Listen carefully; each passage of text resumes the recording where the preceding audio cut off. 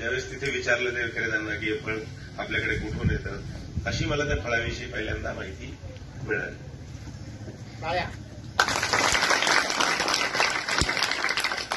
Dragon शेती कशी करावी असे तुम्हाला का वाटले? जेव्हा मी ते फळाविषयी थोडी माहिती घेतली पुण्यामध्ये असताना की या फळाचं नेमकं शेती होती कुठे, तर सर्वप्रथम या फळाची शेती ही नॉर्थ अमेरिका या देशात सुरुवात झाली होती. तिथून व्हिएतनाममध्ये त्याचा प्रचंड लागवड झाली.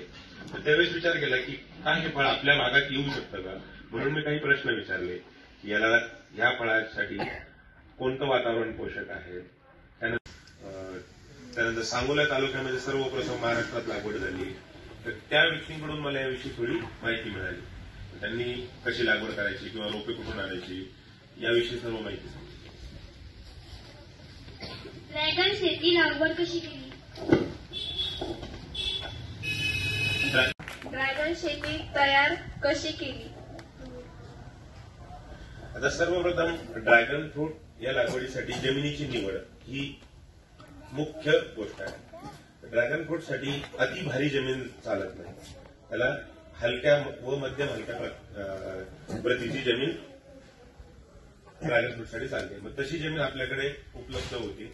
त्यानंतर ड्रॅगन फ्रूट लागवडीसाठी काय काय, ड्रॅगन फ्रूट हे वेलवर्गीय पीक आहे, त्याच्यामुळे त्याला स्वतःला आधार देण्यासाठी कुठल्या तरी एका स्ट्रक्चरची गरज असते. त्यानंतर मग ते स्ट्रक्चर कसं असणार याची मी माहिती घेतली आणि मग त्याची लागवड.